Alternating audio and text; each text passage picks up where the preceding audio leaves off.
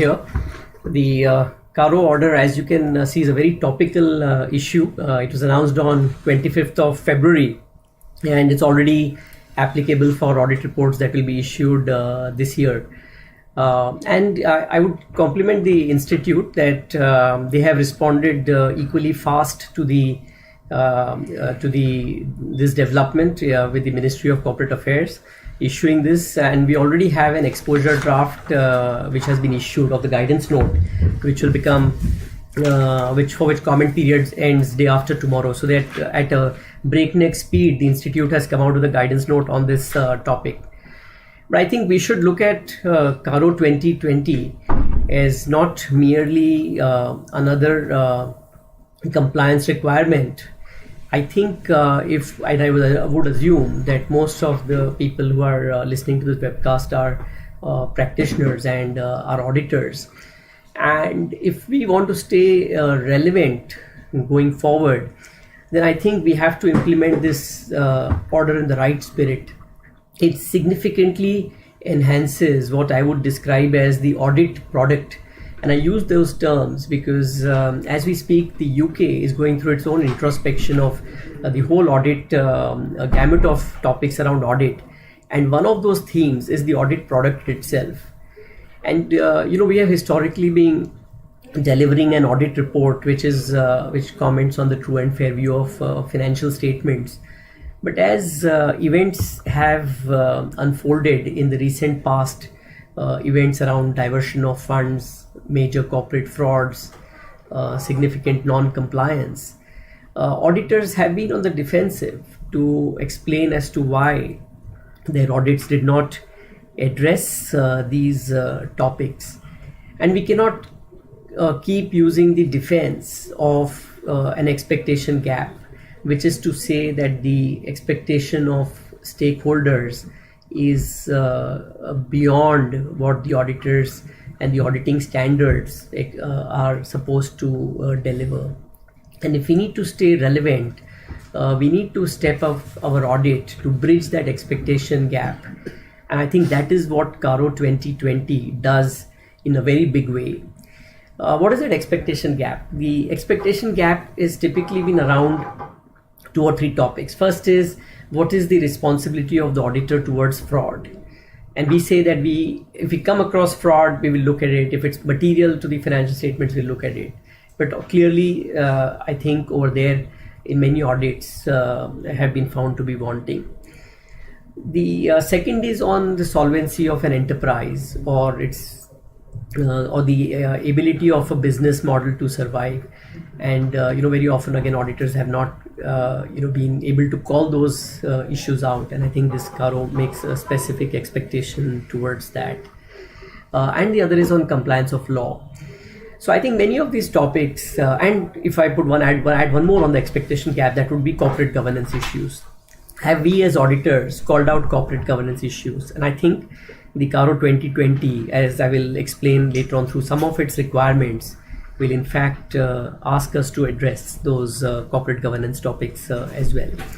That is why what I would urge is that if we want to stay relevant, this CARO 2020 gives us the opportunity to comply with this in the spirit, not merely in form, to raise the conversations that we are having purely from a compliance of accounting standards to topics which would be relevant to the boards, to audit committees, to CEOs and CFOs, which are topics around fraud, solvency, compliance with regulation, and business models. Also, this CARO will provide additional information besides the investors. I think it's not targeted only to investors. It will provide information which is relevant to creditors, lenders, rating agencies, and also regulators. And that is why I feel that this will be a significant step forward in bridging this expectation gap. Let's take a quick overview of what the CARO is. If you look at it quantitatively, there are 28 new requirements, including the sub-clauses in CARO 2020. And 16 of the existing requirements have been modified, 7 have been carried forward.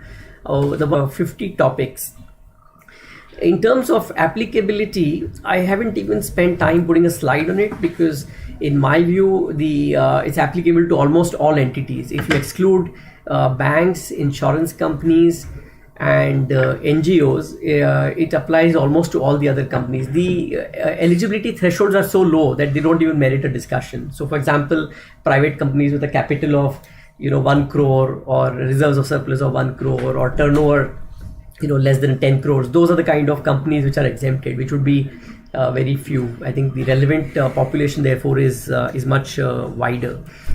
One thing is clear, that you will need to perform additional procedures to answer many of the topics that are in CARO. They go clearly beyond reporting on the true and fair view of financial statements and internal controls over financial reporting. So the topics are additional. It means there will be more efforts, and clearly you need to engage with your clients, both in terms of the fact that you need additional information to be able to discharge your responsibilities, and also the fact that that there will be additional costs of performing the audit. So I think that is a quick overview. Let me deal with the issue of consolidated financial statements very quickly. There was an issue in the earlier CARO about whether it is applicable or not applicable, and there was a certain dispensation, but this CARO has simplified the issue as far as the audit report on the consolidated financial reporting is concerned. And that is dealt with in clause 321 of the CARO 2020 requirements. What that essentially states is that as far as the consolidated financial statements are concerned and the audit report on that is concerned, the CARO report is only that clause is applicable. And what that requires is, if there is any qualification or adverse remark in the CARO of any of the subsidiaries or entities which are being consolidated, then that shall be presented by way of a reference to the paragraph number in that report. So first is visually, how will this report look? Visually, you will have a one para report on the consolidated, a one para CARO on the consolidated financial statements. Now, though the way the drafting is, it would suggest that you will only include the para numbers of reports of subsidiaries, JVs and associates. If you see the exposure draft, I think rightly so, it says that it would be incomplete if you did not refer to the parent company's standalone CARO report and include those paragraph numbers also. So essentially, in the CARO report for the CFS, you will present para numbers of the parent and all the entities which are being consolidated, which include a remark which is adverse or a qualification. Now that itself is a subject of discussion, that what is a qualification or adverse remark in the context of CARO reports. That is because many of the paragraphs there are factual. So for example, if there is a delay in the deposit of a provident fund due which is reported in one of the CARO, is it a qualification or is it an adverse remark?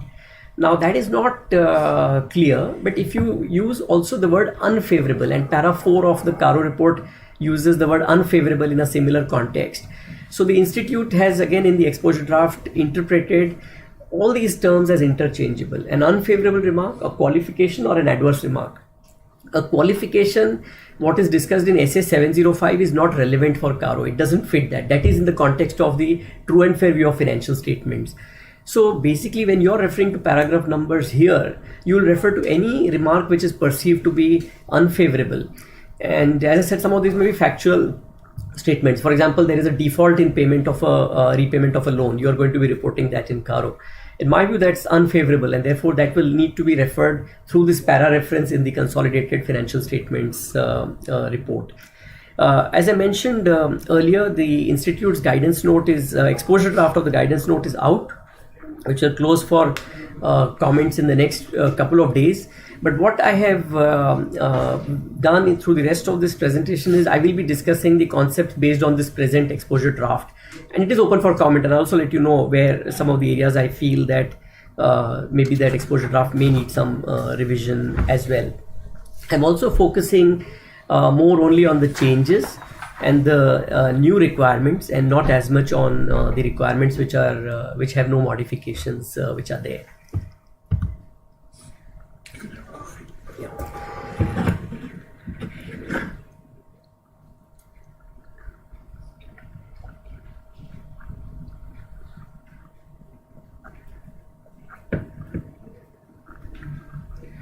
Coming to one of the most important changes that have been made by CARO 2020 is to require that in case a company has a working capital limit sanction from banks in excess of or financial institutions in excess of 5 crore rupees on the basis of security of current assets, whether their quarterly returns are in agreement with the books of account. This is clearly an effort to bridge the frauds that are being done on banks or on lenders by sending them returns of security which are in excess of what might really be available with the corporate. And in my view, this clause will be read very carefully by banks going forward, because it will give them ready access to at least a certain level of comfort that the statements they receive are in accordance with the books. The important facts, points to consider here are they have emphasized on quarterly returns. We don't know whether the banks or financial institutions ask for quarterly or monthly returns. It might even be monthly, but the fact is they are the CARO is only asking to confirm on the quarterly returns. The second is that they are only asking for this where the working capital is given on the basis of security of current assets. So if you have got working capital limits based on other than current assets, then this clause is not applicable. That's again, where I say that you must look at things in spirit and not in form. Is that the intent? A strict legal interpretation would restrict you to do that, but otherwise, I think if companies are filing quarterly returns, even if you have borrowed on the basis of fixed assets or others, the intent is that the statements that you're filing quarterly, are they in agreement with the books of account? Now, the issue that is not dealt with in the exposure draft here is the fact that other than listed companies will not be preparing quarterly books of accounts or closing their books of account every quarter in a very thorough manner, if at all they close their books of account every quarter. And in my view, the exposure draft should deal with this, and I would have proposed that the audit report should caveat that it is in agreement with the unaudited books of account. This is because it would be very simple to book certain journal entries to bring the level of current assets in your books to a level of what you are going to want to report to the bank. And if it is not subjected to an audit or a review, then that would be something where as auditors we would run the risk of confirming that compliance.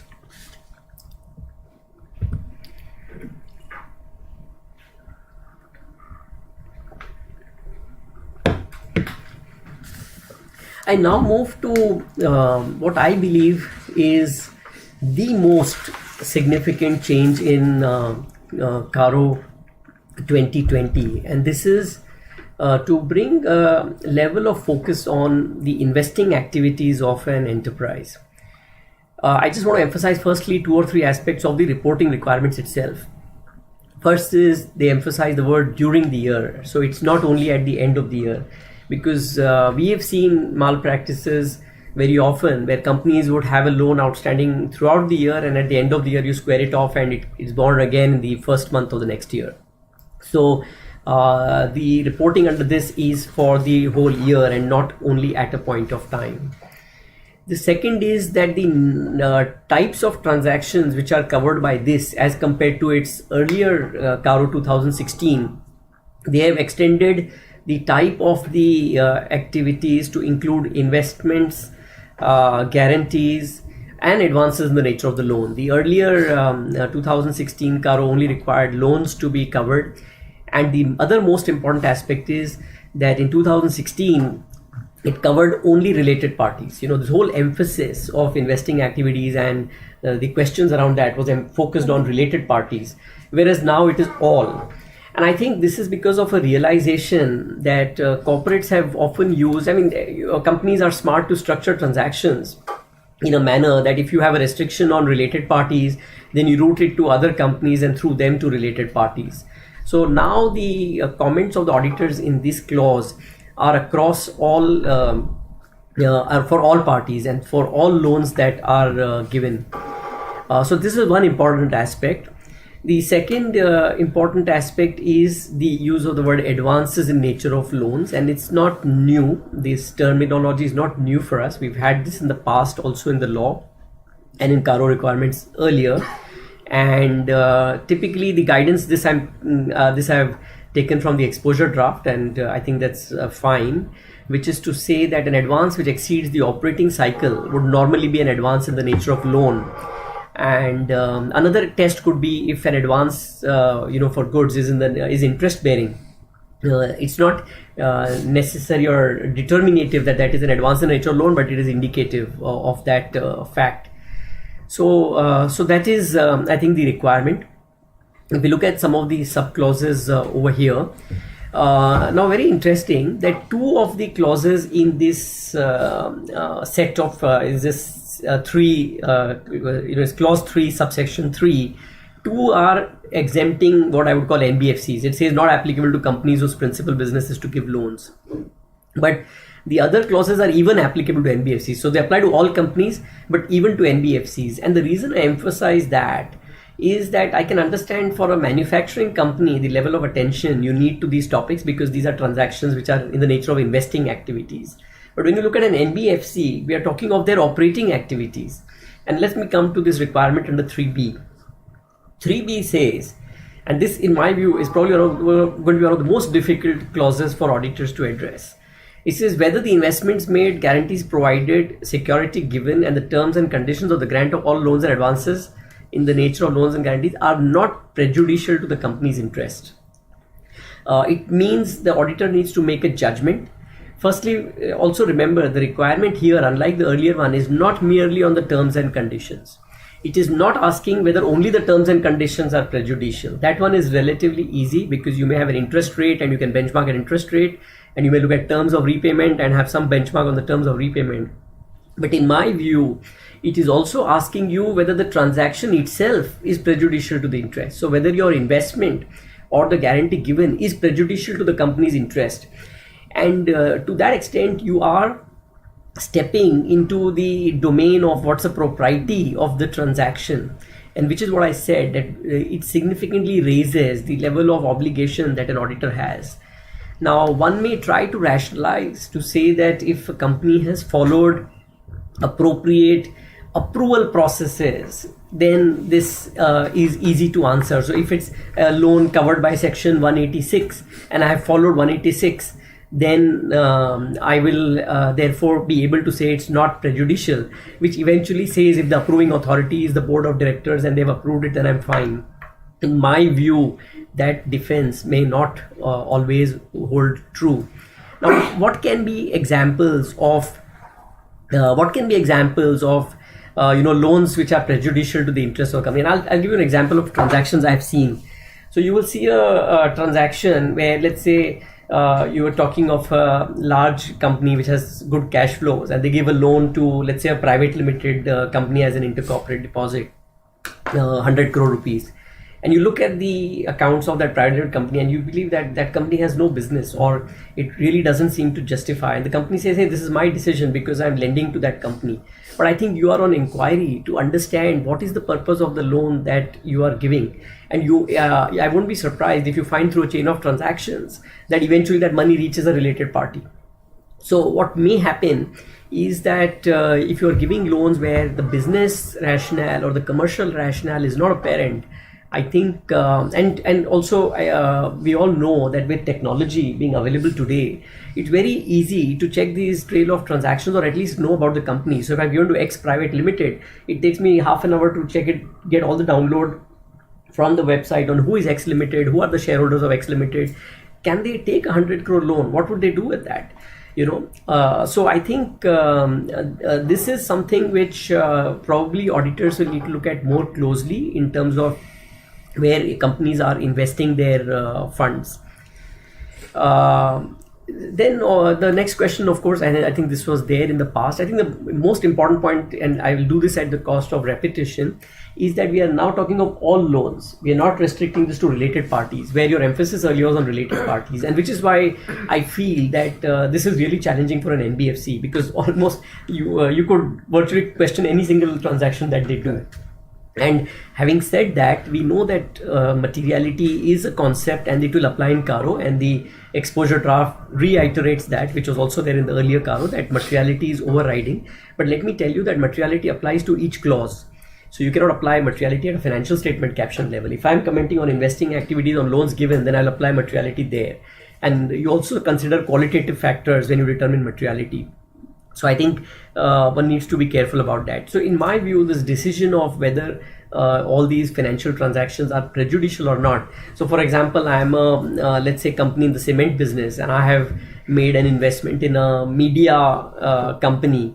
Will I as an auditor say it's prejudicial, and it's gone through the board process? So I think we are going to have some difficult conversations to have over here, and at least we probably get into that domain that is there. The next set of questions on investing activities is on overdue, which is factual, so I'm not spending time on that. The 3E is interesting. What this basically is trying to ask, and here it doesn't apply to NBFCs, which in my view would have been probably one of the would have been logical to apply to them, but nevertheless this tries to address the issue of evergreening, which has been in focus recently. And you know what evergreening is. Essentially, you're saying you're given a loan to an enterprise. The enterprise on the due date is unable to pay you back. And so you assist them in paying back that and create a fresh loan to them. It can be done in different ways. You can renew the facility, or you give another loan to them. But life is not so simple. You don't evergreen by just giving another loan to the same enterprise. Typically, evergreening is done through a more complex structure of transactions. This clause does not acknowledge that. Here, the question is simply limited to whether to the same party you have given another loan. And I think to that extent, it is factual reporting. But the issue in their mind is obviously to see that has there been an evergreening of a loan.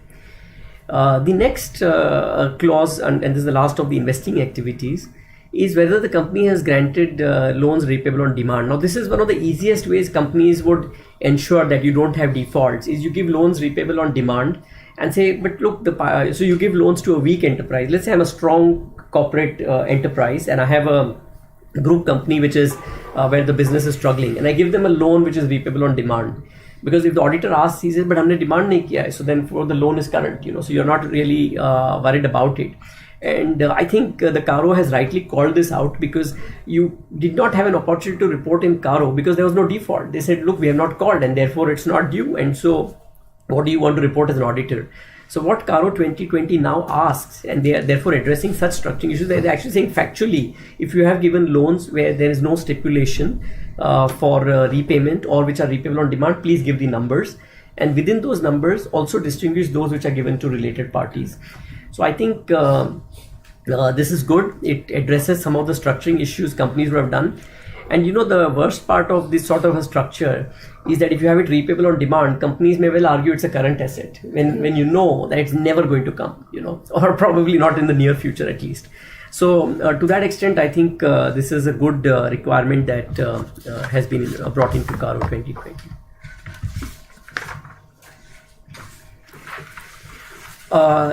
The next important change is in the clause which relates to compliance with fixed deposit regulations, and the change that has been done is to add the words amounts which are deemed to be deposits.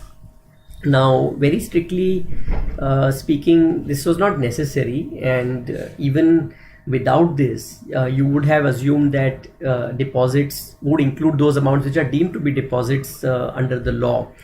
Having said that, I think CARO 2020 is trying to plug all the loopholes which are being used in the system. And this is, of course, on the receipt side. So here we are talking about companies which have taken money, which is actually in the nature of deposit, but it is camouflaged as something else. And some of the examples of what could be such deemed deposits are advances for supply of goods or services. If there are advances taken for supply of goods or services and those are not settled within 365 days, then they are deemed to be deposits. And there are such other transactions, advances in consideration with sale of immovable property, or an advance for a long-term project for supply of capital goods. And what the rules say that if these become refundable because the necessary transaction is not being consummated, then within a period of 15 days from that date of when it is due for refund, it shall become a deposit. It shall be deemed to be a deposit. And then consequently all the provisions of section 73 and section 76 become applicable. Of course, as you're aware that this section will not apply to companies which are registered with Reserve Bank of India or the NHB, because those are deposit taking entities. This is more for other companies which are there. And then the rules will be around returns that are to be filed and things of that sort, and the limits for fixed deposits that are there.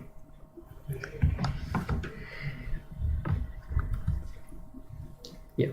The next is a very interesting change in CARO 2020, and this is a question, and I think since I was the Chamber of Tax Consultants, maybe you'll be in a better position to appreciate this requirement, but let me call this out first.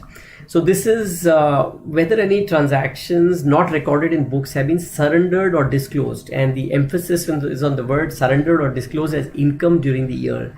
So the scenario you can anticipate is pursuant to a search or seizure operation, an assessee is making a disclosure and is offering certain I have been faced with this situation a few times, and I'm glad it's just a very few times in my career, and it raises a lot of questions when you have such a transaction.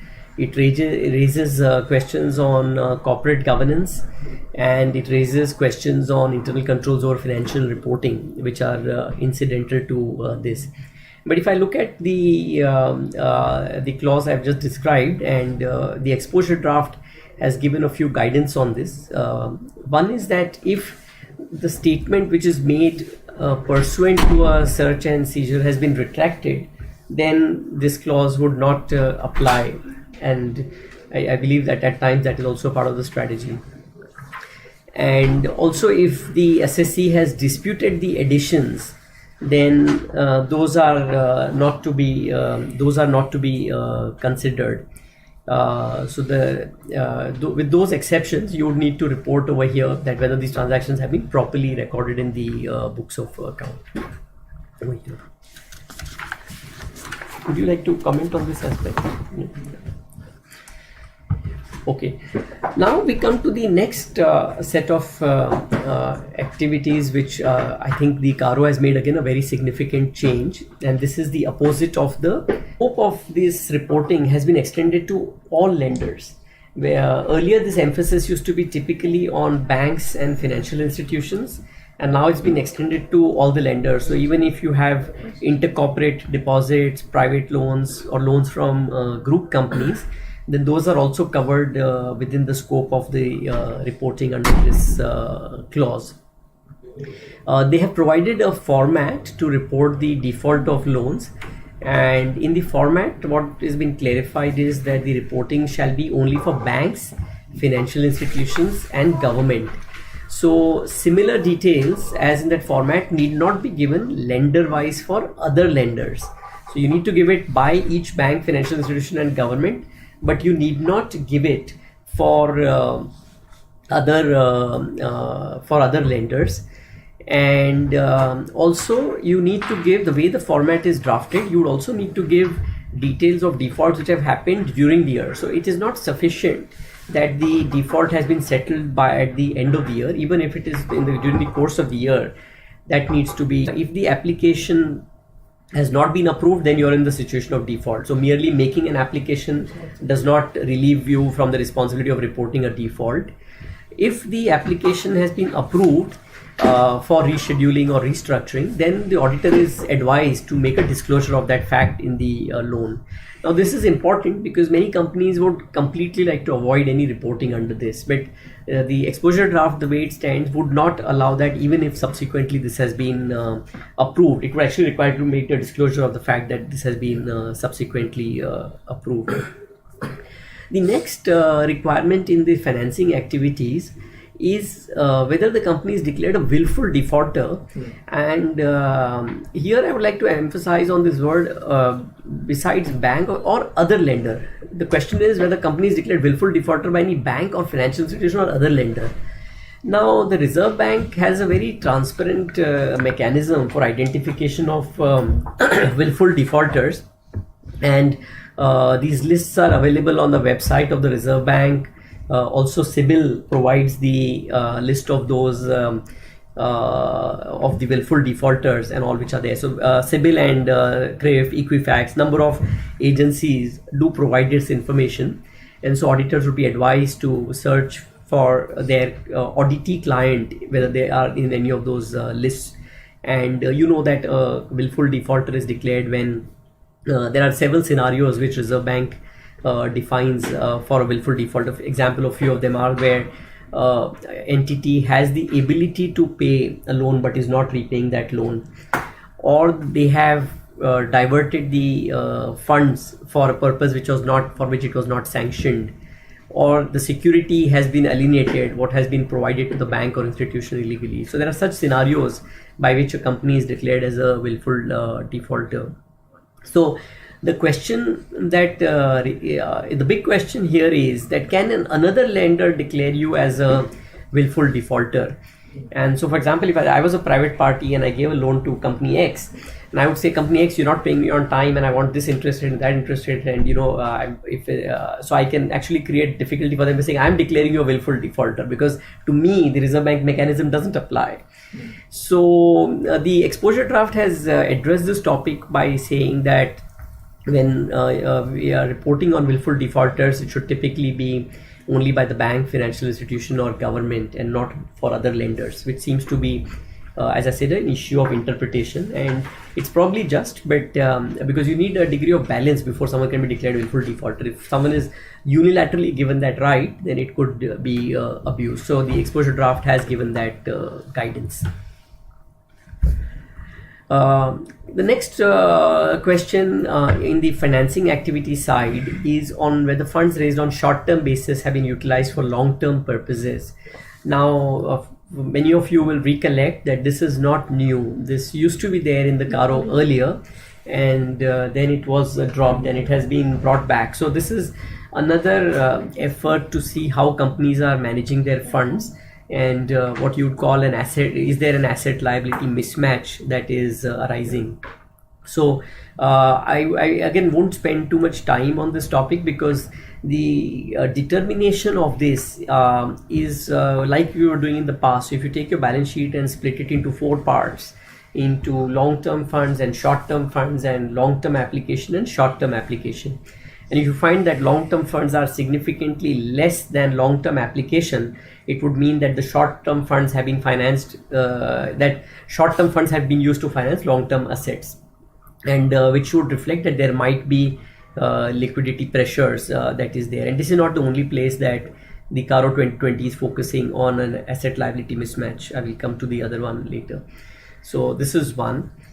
The next question is not as easy to answer. This question is whether the company has taken any funds from any entity or person on account of or to meet obligations of its subsidiaries, associates, or joint ventures.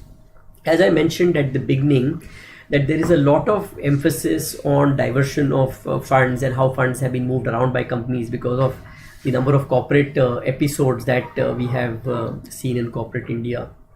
Now, the reason this is challenging is that it may not always be apparent that funds have been taken for the purpose of deployment. So, as an auditor, you would ask for a schedule of funds invested in the subsidiary, associate, or joint venture, and then try to determine as to what was the source of that funding. And sometimes it will not be one-to-one. So this might mean an element of judgment, in seeing how those cash flows have moved, to see, have you borrowed from some entity to invest in these subsidiaries, associates, or joint ventures. The next question is again factual. So that is where companies have raised loans on pledge, and the details for that need to be provided.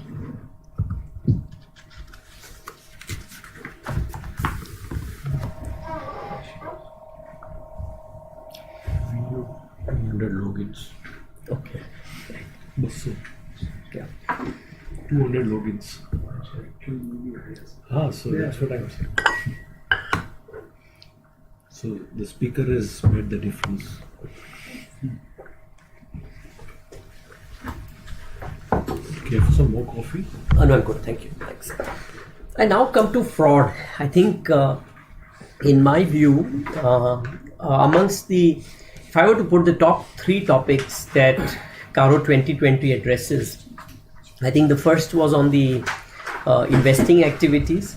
The second is fraud, and the third is on solvency, which we will come to a bit later.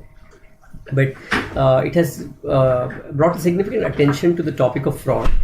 The first topic around fraud that the company, that the auditor needs to report is whether any fraud on or by the company has been noticed. And this reporting has been enhanced from the earlier reporting, where the word officers or it was restricted to frauds by officers or employees. So now any fraud, whether it is a third party or a vendor fraud which is there on the company, even that would need to be reported under this clause.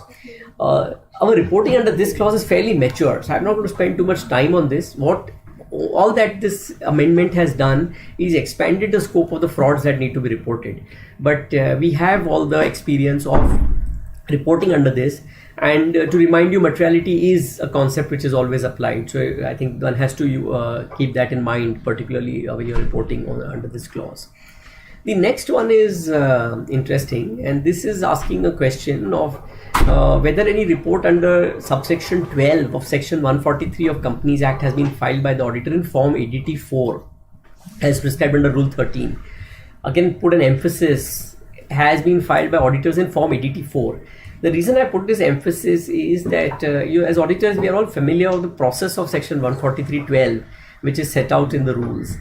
So if an auditor has a reason to believe that there has been a fraud, then within 2 days, the auditor needs to write to the board of directors of the company and has to ask the board of directors of the company to investigate whether there is merit in the auditor's reason to believe, or whether the belief of fraud is true or not.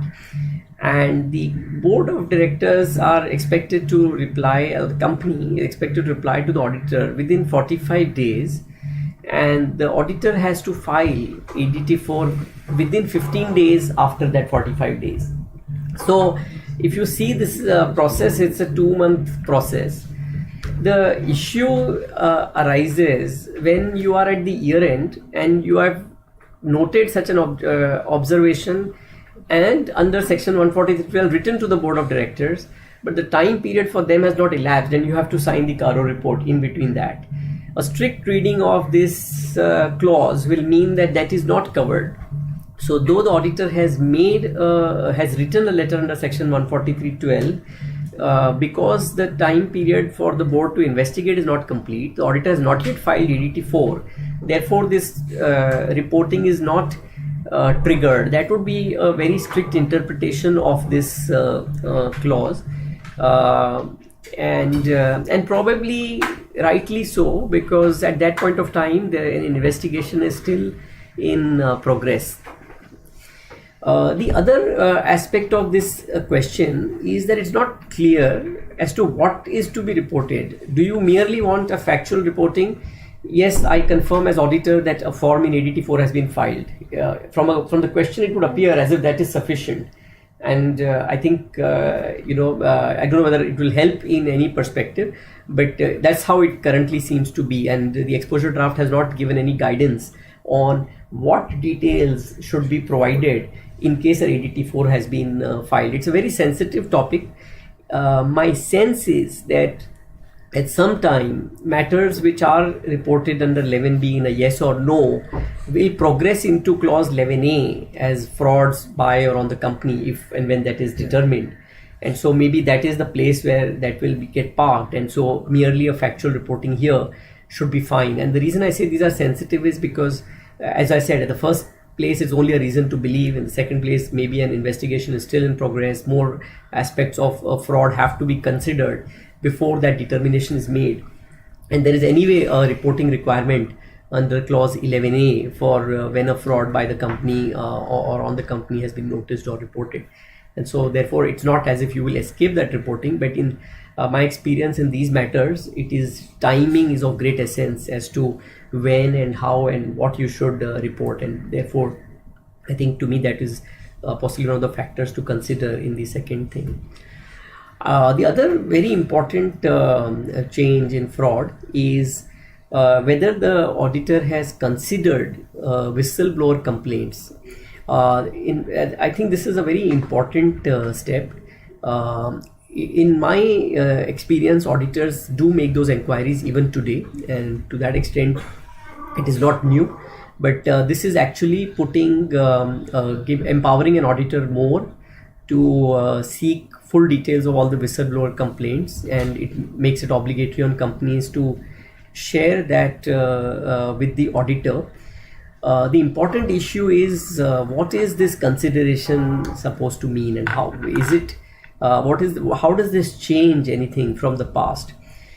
So, as I said, to some extent, by making an auditor very specifically assert that you have considered whistleblower complaints, you are elevating the importance of this activity and this conversation that the auditor and the auditee need to have.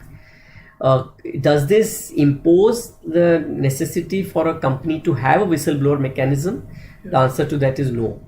The Companies Act prescribes under section 177 those companies which need to have a vigil mechanism. That's not necessarily the same as a whistleblower mechanism, but that's what the Companies Act prescribes. And Regulation 4 of the SEBI requirements or listing regulations also requires listed companies to have an effective whistleblower mechanism. It is therefore this clause will not have the effect of making whistleblower mechanism mandatory for other companies, but what it would require is that if other companies do become aware of whistleblowers, and whistleblower is not necessarily a very structured mechanism, so we would seek representations even from companies who don't have whistleblower mechanism. Have you received anything which would be in the nature of a whistleblowing complaint that is there, or a whistleblowing event which has happened in the context of your company? So that is one thing. What would be the auditor's considerations? Typically, as auditors, there are two types of frauds that really are relevant to you, both under SA 240 and under the auditing, that's under SA 240 of the auditing standards. One are frauds which are fraudulent financial reporting or topics of fraudulent financial reporting. So, for example, in a recent case, there was a whistleblowing that the revenue recognition followed by the company was not appropriate. So that's an example of a whistleblowing on fraudulent financial reporting. Or it is a misstatement resulting from misappropriation of assets. So, for example, if funds of the company have been diverted to third parties or to related parties through a mechanism, and a whistleblower brings that to your attention. So those are examples. So two things. First is fraudulent financial reporting, and second is misappropriation of assets. These are the two topics which are really relevant for an auditor. Because under whistleblower you may receive a range of complaints, and therefore the auditor's attention does not have to be diverted to all of them. I would, however, state that depending on the nature of the whistleblowing complaint, at times you may need to evaluate some other aspects. So, for example, if there is a whistleblowing complaint which questions the integrity of a key managerial person, then can you rely on the representations of that KMP? Those would be questions you would need to ask. So, therefore, as an auditor, you would need to see how that whistleblowing is dealt with. Has a proper investigation been done? Because otherwise, you are left with a certain grayness on the reliability of or rather an open topic. That is why this is also a bit of a difficult clause, because you may often have whistleblower complaints very close to your signing off of the audit report, and what do you do in that circumstance, and you're not sure whether it's right or not. So I feel that this will often create practical challenges for companies, and it will probably, we'll have to see how the practice evolves further around that, and to what extent auditors should once you have a whistleblower which is very close, how would you need to respond to that? What are the nature of disclosures that can be made? And we have a few examples recently where auditors have drawn attention to the fact that a whistleblower complaint has been received, and that they're not qualifying the opinion for that, but the fact that readers of financial statements should be aware that such a complaint has been received and that needs to be investigated. So maybe that is the approach that auditors may need to take depending on the severity of the matter which is there.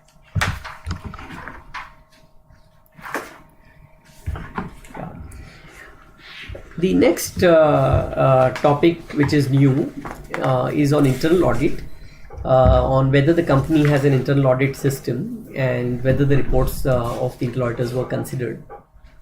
The first one is again something we have been familiar with in the past. We used to opine on this earlier, that whether a company has an internal audit system which is commensurate. But this question has been reintroduced into CARO 2020, and the guidance note is that the exposure draft of the guidance note suggests that an auditor needs to comment on the on this aspect, irrespective of whether there is a statutory requirement under section 138 for a company to have an internal audit or not. So that is a guidance which is coming from there, and I would agree with that, because the way the CARO is drafted doesn't ask whether the company is required and has maintained. It simply asks whether the company has an internal audit system, and so that is the guidance that is there. In terms of what the auditors need to consider the internal audit reports for, it could be various topics, whether there are findings of the internal auditor which have a financial impact on the company, illustrations of either misappropriation of assets, shortages in physical verification of inventories or fixed assets, or compliance topics that might be brought out, or contingencies that might be brought out. So that might be another topic that from the internal audit reports auditors can pick up. Clearly, internal control over financial reporting is another aspect.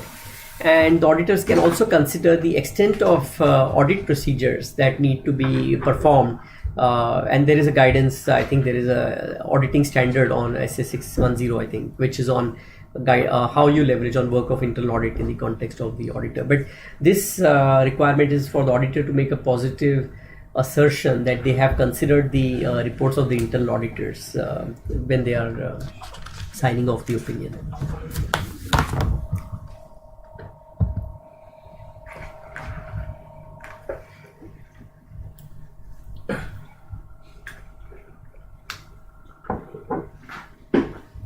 The next important topic, and this again I mentioned earlier, is that the CARO focuses on compliance with laws and regulations.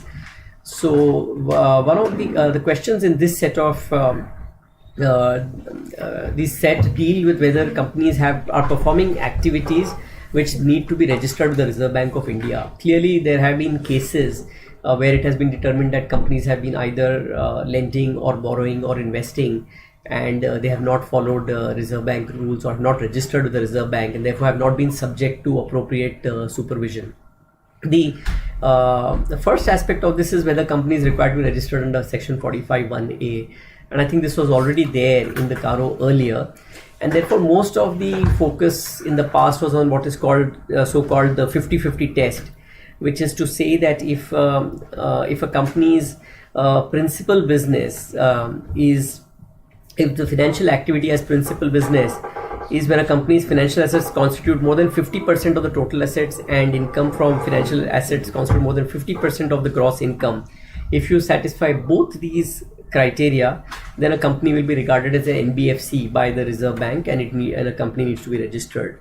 So historically, the emphasis has been a lot on this aspect of the rules, and this guidance, which is issued by the Reserve Bank many years ago, is what is used as a test of what is the principal activity.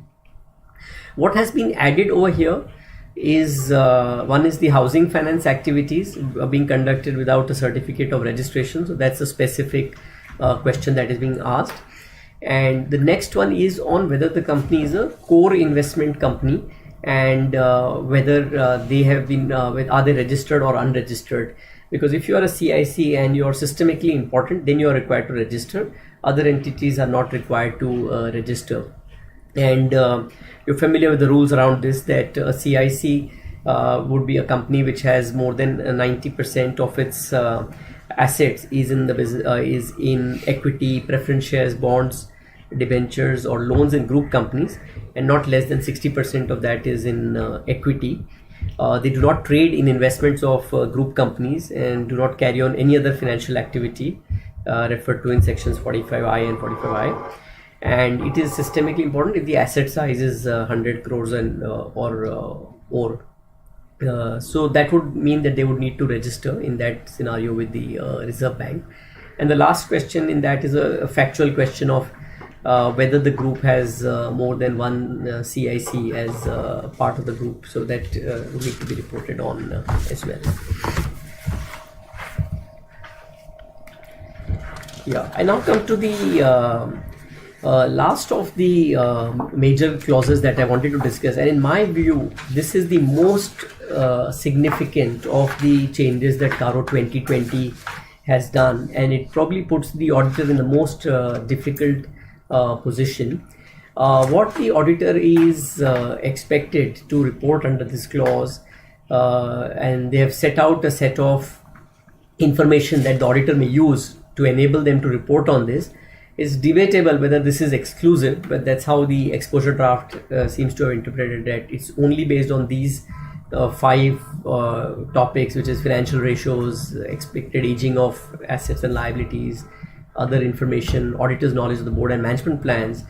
The auditor needs to confirm that no material uncertainty exists as on the date of the audit report. So let me emphasize here, as on the date of the audit report, as distinguished from the date of the balance sheet, which means that you need to consider events right up to the date of the audit report in making this determination. Next is that the company is capable of meeting its liabilities existing at the date of balance sheet as and when they fall due. And now I would like to emphasize on the words as and when they fall due within a period of 1 year. In my view, this is a very onerous requirement.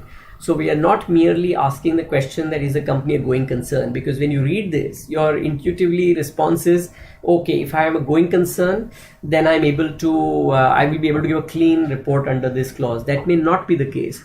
Let me give you an example. So you are a going concern because you have sufficient assets and you have a guarantee from your parent company to say that in case you have an issue, then I will take care of you and see that your operations survive. But at a company level, the question is as granular as saying 5 months down the line, I have a loan repayment of 100 crore rupees which is falling due. Do I have the ability to pay 100 crores 3 months down the line? And are you making any assumptions in making that determination that will you be able to pay the 100 crores at that point of time? Because if you are not, then you will be in this clause. You should have had a qualification to say that you believe that the company may not have the sources. Now, in practice, very often I found expectations of companies beyond, of course, business plans is on refinancing. Where you have loan obligations payable during the course of the year, and you say, yes, I will be able to repay this because I'm going to refinance my debt. I'm going to raise fresh source of funds. And for many companies, this is almost a business model. Which is that you're able to refinance your debt and pay your liabilities or liabilities which are coming up, even though you don't have sources from your current operations to generate that sort of cash. Now, therefore, you're making an assumption that you will be able to refinance. Or if the management tells you, I have a plan to raise equity 3 months down the line, and therefore I will be able to meet, because you can consider management plans, what this clause allows you to do that. In my view, this will be very judgmental. First is, what is the information you need? So the information you need from the company is, you need a projected set of payments during the next year. It's easy on the liability side, but it's difficult on the asset side to say that your realizations will follow a certain pattern, because your liabilities you can probably be more certain about based on contractual obligations or otherwise. And also then you may have situations like, of course, this says liabilities existing at the balance sheet date, but there might be contingent liabilities as well.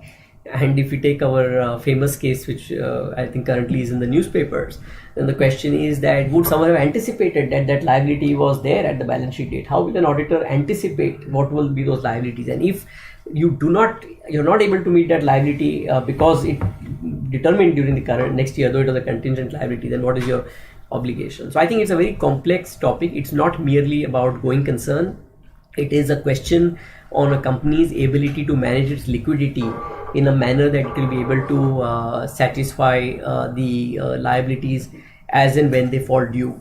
What I expect, because of this specific reporting requirement accounts, and there will be more of those in public domain, because an auditor may be very uncomfortable to give a very clean, particularly in stress situations. If it's a very clear situation, you're sitting over a bank balance of 1,000 crores, then probably you're not worried about it. But if you have a stress situation and you are going to be making this assertion, or for companies which are leveraged, it may not be very easy to make this determination. And I can see that there will be a lot of conversations on this topic that is there. So I think those were some of the most significant of the changes that are there in the CARO 2020. Let's look at some of the other clauses which I have not discussed in so much detail so far. One of the amendments which has been made to our clause, which has probably been there in CARO from day one, is around fixed assets. And the question that was historically being asked is whether a company has proper records of its fixed assets, have those been physically verified, and have the discrepancies been dealt with. I think the good part is that they have introduced and recognized the importance that today increasingly a lot of valuations of companies are being driven by intangibles, and tangible assets don't necessarily form the major part of that of driving a company. And so there is a clause which has been introduced to say whether companies maintaining proper records showing full particulars of intangible assets. Now here I've read the exposure draft, and I maybe stand to be corrected. I'll read probably again a few times. I'm not very certain whether we are only talking, I mean, the exposure draft does take you to the accounting standard on intangible assets and talks about intangible assets which are on your balance sheet. But you know that a company has a lot of intangible assets which are self-generated, which may not really be on your balance sheet. And when the way this question is worded, even those might be there. So for example, if you have a valuable IP which you created and you have not recorded that as your asset because of the accounting rules, because it's self-generated, would you include that also, or would this be like the fixed assets where you tally or comment with the book amount that is there on the books? So I think that is one aspect which we need to probably explore further. I think it is alluded to in the exposure draft in some way, but I think we need to read that bit more carefully. So is it intangible assets which are on the books, or also intangible assets which are off the books? The second comment I have over here is if you're looking at intangible assets on the books, and remember that all the reporting requirements except for the first one which I mentioned apply to the standalone financial statements. So what you will see if you study corporate balance sheets is that the value of intangible assets on the consolidated financial statements is significantly higher than even if you aggregate the standalone financial statements. And that is the reason is that a lot of intangible assets get recognized when you do business combination accounting. So the fact is that though CARO 2020 had a good objective of trying to get the auditor to report on proper records of intangible assets, some intangible assets which are in between the consolidated and the standalone will not feature and will not be reported on at all, which is in my view going to be far more significant than what's on the balance sheet today in the standalone. So I would have actually felt that this clause would have been better applied to the consolidated financial statements, but that's a separate point of view. I think it's very clear now these do apply to the standalone financial statements, and there is a description on what a proper record consists. And it's good probably that this level of focus has been brought on from the past. It was the next question which has been introduced in CARO is on resignation of statutory auditors. It's been a very popular topic with all regulators in the last few years, with a number of auditors resigning. And the question that has been asked is whether the auditor has taken into consideration the issues or objections raised by the outgoing auditors that is there. Again, I feel that this is probably putting it out on the auditor to answer. In my experience, any auditor would address this. Any auditor who's coming in and has topics which have been raised. The important issue as always has been whether the outgoing auditor has spelled out the right reasons and the full description of the reasons for resignation, which now the regulation requires. I think once that is in place, then it would be naturally incumbent on any auditor to have considered that. But this statement requires a positive assertion that the auditor has considered this. And then there are two clauses which have been inserted around corporate social responsibility, CSR obligations sections, and they are requiring the auditor to comment on the compliance with section 135, 5 and 6, which is on how you deal with unspent amounts. The interesting part is that both these sections are not yet notified by the government, and therefore they are not yet operational. And I don't know whether this is a hint of what is going to come or whether this is likely to happen in the near future. But if it doesn't get notified, then I guess the reporting, and this is what also the exposure draft mentions, the reporting at this year end will be to say that this clause is not applicable or is not yet applicable. Lastly, coming to the updates to the existing clauses, some of the important updates to the existing clauses. I think the first one is just semantics. The second one is on inventory, and here they have now defined a level of discrepancy which was not there earlier. Earlier the question was whether discrepancies were material. Now they have quantified that at 10% for each class of inventory. So that has been prescribed. On the statutory dues, GST has been added, which I would see as only an update. And in respect of disputed dues, now all statutory dues are covered. Earlier there was a prescription on which statutory dues were considered, and as I said, we always go by the form. So if there are 4 laws written, we will only comment on the 4 laws. So now they have made it more sweeping to cover all statutory dues. And similarly, there was a reference earlier only to section 42. Now there is a reference to section 62 also when it comes to preferential allotment or private placement of shares. So I think that is my presentation for today. If I were to repeat at the end of it, that I feel the CARO 2020 has significantly enhanced the audit product. It has tried to bridge the expectation gap that we have always been saying. The expectation gap is around topics of what should be the auditor's attention to fraud, what is the auditor's attention to liquidity and going concern topics, and compliance with legislation. I think those are some of the important topics, and corporate governance, as I mentioned. So I think in my view, the CARO 2020 is a step in that direction. And I think it will raise the level of conversation that auditors will have with their companies in these areas or in these topics as well. Thank you. Thank you, sir. We have a couple of questions which got posted on the query list. So if these are those 4 questions. The first question is regarding whether the whistleblower fraud or the governance issues they are not the item that are to be best disclosed in director's report. So, but then, yeah, I think it's difficult to answer a question like this as to say whether it should be best in director's report. The fact of the matter is that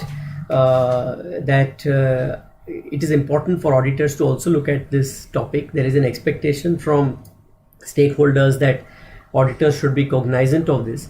I think the question that has been asked here to the auditor is only whether you have considered the whistleblower complaints. They have not asked the auditor to disclose the whistleblower complaints. So I think it is basically, as I mentioned earlier, it is already a part of our audit procedures today to ask companies about that. But this positive assertion, makes it more important for auditors to certainly ask that question. And also my experience is showing over the last few years that very often you get very valuable information out of whistleblowers. So what you're doing by that positive assertion is putting both the company and the auditor on guard to say that you need to have dealt with them appropriately. And if I was looking at it from the other side, for people who may want to blow the whistle, is to say that this is giving a level of comfort to you that your complaint will be looked at, because it will be difficult for companies to ignore that now that there is a specific assertion. Yeah. The second query rather is regarding in case of checking quarterly statements submitted with bank. Do you suggest that we get confirmation from the bank for statement submitted? Yeah, I don't think that's I had not thought about that, but in my view, it may not be a bad idea. The only question will be the degree of compliances. I mean, we already know that getting bank confirmations at the year end is also not the easiest process, and you often have to now send team members to banks to collect that. So if you want to seek this level of assurance to see what has been furnished with the bank, you may need to do more. But if you ask me, it's not a bad idea to, on a test basis, do confirm what are those returns which are filed with the bank. Correct. See, the next is basically regarding the group definition given in clause 16D. Now, this group definition is as per the RBI Act or the Companies Act? I think that is as per RBI Act. That has to be as per RBI. Sir, one more question. Are we required to report delay by way of days in repayment of statutory dues or just by mentioning as slightly irregular? So I think slightly irregular is okay depending on the severity of the delay. If it has been a significant delay, then the number of days might be important to disclose. But otherwise, if it is not, for example, it's a few days, 1 or 2 days, few instances, then the current practice is continuous. So, thank you very much, sir, for taking us through the entire.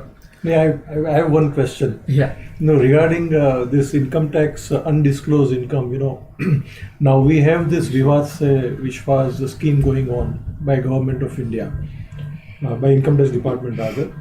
So in that case, suppose an SSC, an entity, he has entered into a dispute, or he has filed an appeal for some addition made during the course of assessment, which is in the form of undisclosed income.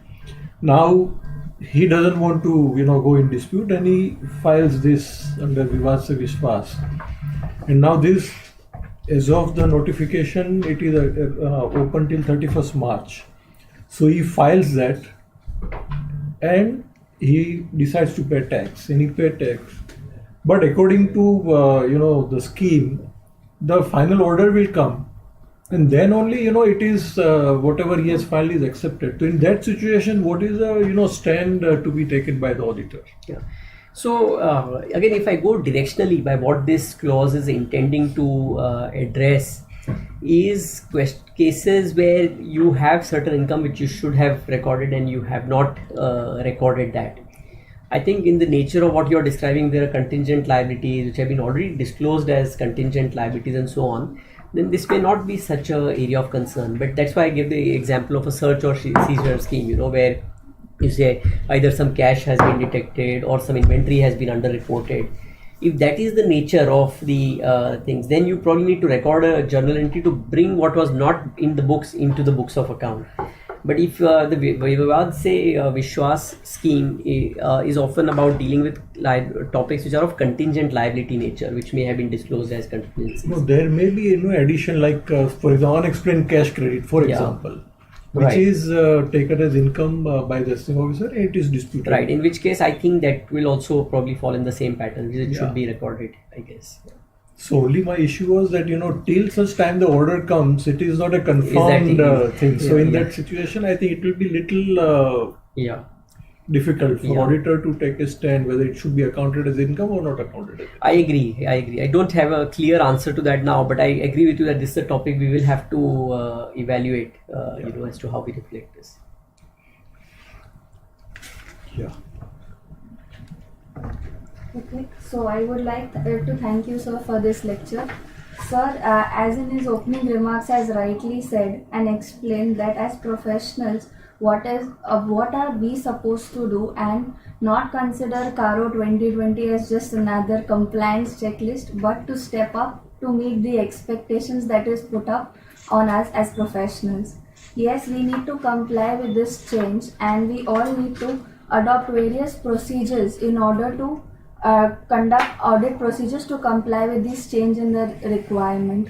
Sir has rightly mentioned clause by clause what are the procedures that you can adopt and give a clarity on what is expected as an auditor by a role that you have to assume. I'm sure this would have helped all of us in clearing many of the doubts that have come up with this change, and we all step up for March closing. Thank you, sir. And I'm very glad to say that we've almost had viewers of about more than 200. So, sir, it's a great achievement. Thank you, sir. Thank you.